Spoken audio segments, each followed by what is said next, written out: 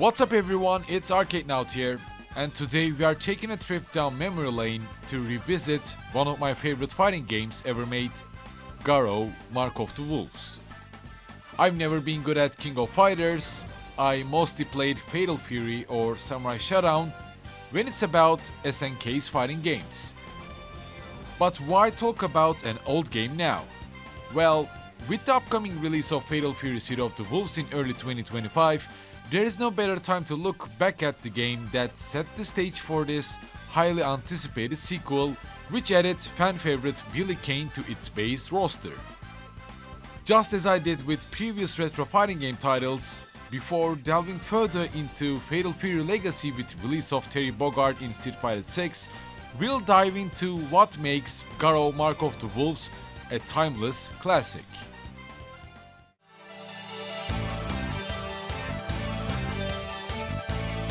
Garou Mark of the Wolves, released in 1999 by SNK, stands as the final chapter and the 9th installment in the Fatal Fury series, a franchise that has left an indelible mark on the fighting game genre since its inception in 1991. As one of the pioneers of the one-on-one fighting genre, Fatal Fury series introduced unique gameplay mechanics like background and foreground lane system that the players can move quickly to, a varied roster of playable characters, and the ring out system, along with a rich storyline that brought memorable characters like Terry Bogard and Geese Howard to life. Before moving into Garou Mark of the Wolves, let's talk a bit about the Fatal Fury series first. Also known as Garou Densetsu in Japan, it began with the story of Terry and Andy Bogard and their quest for revenge against Geese Howard, the crime lord who killed their father. What started as a beat-em-up influenced fighting game evolved with new characters, settings, and deeper gameplay mechanics. By the time Garou Mark of the Wolves was released, the series had firmly established itself as a cornerstone of SNK's fighting game lineup. And Garou Mark of the Wolves takes place a decade after the events of real bout Fatal Fury. The game is set in a reimagined Southtown, now called as Second Southtown. The setting reflects a new era, not just for the city, but for the series itself. The gritty, crime-ridden streets of the original Southtown have been replaced with a more vibrant and dynamic urban environment that symbolizes a new beginning, with the latest generation of fighters joining the roster, further shaping the Fatal Fury series. Garou Mark of the Wolves centers around a new generation of fighters, with Terry Bogard being the only returning character from the original series. This narrative choice signifies a passing of the torch, as Terry Bogard assumes a mentor role to the new protagonist Rock Howard, the son of Geese Howard, the original antagonist of the Fatal Fury series. Their meeting by the end of Real Bout Fatal Fury changed both the lives of Terry and Rock, as Terry adopted the son of the killer of his father.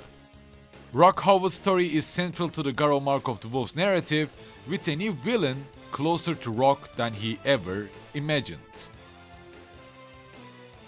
Rock's internal conflict drives his character development.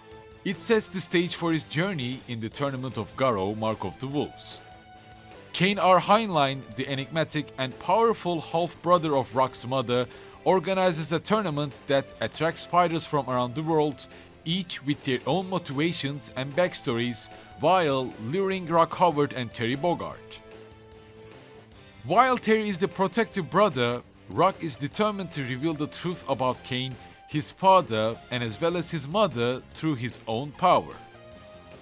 Now, before talking about the in-depth gameplay mechanics of Garou Mark of the Wolves, let's talk about the characters and their backgrounds.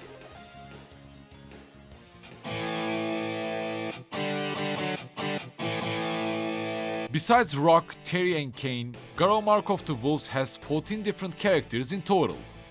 Grant, Kane's loyal enforcer and bodyguard, serving as the previous fighter before Kane, and as well as the arcade mode's bad-ending boss fight. B. Janet, the leader of the pirate group called Lillian Knights, a stoic and deadly martial artist called Gato, seeking revenge against his father for the death of his mother, Hotaru Futaba, a kind-hearted and skilled martial artist searching for her missing brother Gato, Marco Rodriguez, a Brazilian Kyokugen karate master trained under Ryo Sakazaki, the main character of the Art of Fighting series. Tizok, a professional wrestler. Kevin Ryan is a dedicated police officer seeking to avenge his partner's death by defeating Freeman, and this makes Freeman the mysterious and sadistic killer with a dark aura, serving as a dark counterpoint to the roster. Hokuto Maru, a young ninja training under Andy Bogard and Mai Shiranui. And last, Dong Hwan and Jae Hon as the sons of Kim Kapfan, each with their own distinct fighting styles and personalities, bringing their sibling rivalry along. Although 14 characters may seem a bit shallow, each of these characters is full of life and personality, bringing different types of playstyles to Garou: Mark of the Wolves. Whether it's Rock Howard's blend of Terry and Geese moves, Gato's intense martial arts, or B. Janet's unpredictable pirate tactics, the roster also feels satisfyingly diverse and balanced. This variety not only keeps the gameplay fresh and engaging, but also ensures that every player can find a character that fits their style. Meanwhile, through SNK's 2D sprite work, the characters are beautifully animated with fluid movements and detailed expressions. The backgrounds are richly designed. The arcade loading screens are vibrant, showcasing both the background of the arenas and the characters you're about to face. Garou: Mark of the Wolves' art style combines the classic SNK aesthetic with a modern flair, resulting in a visually stunning experience. But let's get to its gameplay mechanics, which also form the fundamentals for Fatal Fury City of the Wolves as well.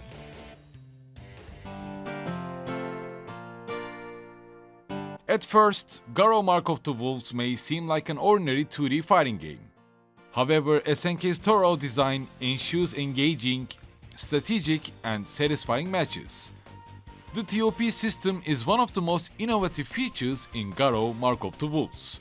This system allows players to select a specific portion of their health bar, either the beginning, the middle, or the end, to activate this T.O.P mode automatically, granting players increased attack power, gradual health recovery, and specific T.O.P attacks for each character. It allows you to put pressure on your opponent if you choose T.O.P to activate at the start, play more balanced gameplay putting in the middle, or save your T.O.P at the end of your health bar for a last-ditch effort to make a comeback.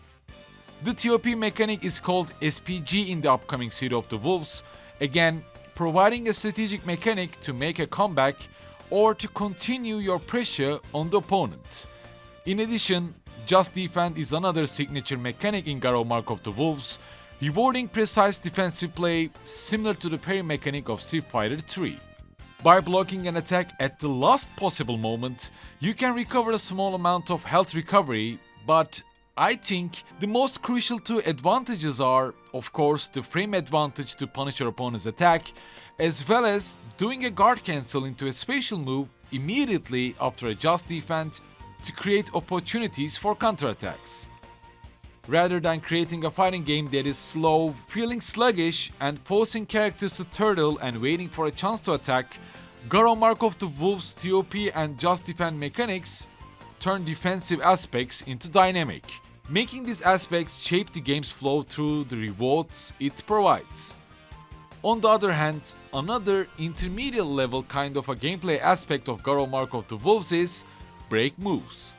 And by breaking any special move, you literally fake your moves by breaking, and mastering these break moves, you can either create unpredictable attack patterns, keeping your opponents guessing, or cancel into other moves, allowing for extended combos and advanced offensive strategies. All of these mechanics, whether it be T.O.P, Just Defend, or breaking, all of it are further enhanced and improved in Fatal Fury City of the Wolves, so if what you are hearing here makes you interested, be sure to keep a close eye on City of the Wolves as well. Despite being released towards the end of SNK's Neo Geo lifecycle, Garou: Mark of the Wolves was praised for its innovative mechanics, though sadly, it lost its place to SNK's The King of Fighters until recently. However, its impact and legacy in the fighting game community cannot be understated. The game's balanced roster, strategic depth, and fluid combat have kept it as a beloved title among the fans. With a new style of visuals and the appearance of Rock and Terry in the scene, it seems like it rekindled the Fatal Fury series after a long time. Before closing today's video, I would like to talk about Garou Mark of the Wolf's impressive presentation and music as well. The 2D sprite work is some of the best of its time, with characters animated in meticulous detail, bringing their personalities and fighting styles to life. As I mentioned before, the backgrounds are equally stunning, showcasing the vibrant and varied locations of Second Southtown. Each stage is packed with detail, creating an immersive atmosphere that enhances the overall experience. Meanwhile, Mark of the Wolf soundtrack perfectly complements the action on screen. The mix of rock, jazz and orchestral themes captures the essence of each character and stage. Rock Howard's theme Spread the Wings and Terry Bogard's Sunrise on the Train stand out as some of the most iconic of the series. Looking ahead to Fatal Fury City of the Wolves, it's clear that SNK is building on the solid foundation of Garou Mark of the Wolves, with enhancements to T.O.P system now called SPG and improvements to the mechanics like Just Defend and Break moves. City of the Wolves promises to be a worthy successor. And I really hope more characters will be introduced, as maybe more returning characters or the newcomer joining the roster. I do have high hopes for City of the Wolves taking its place on EVO and being SNK's newest hit. And maybe surpassing the King of Fighters even, who knows? But one thing for sure, Garou Mark of the Wolves is a timeless classic that continues to influence the fighting game genre. As always, thank you for watching today's video. Which retro title or the fighting game would you like to see next? Any humble support through Patreon and YouTube join is really appreciated, and I will see you soon in my next video.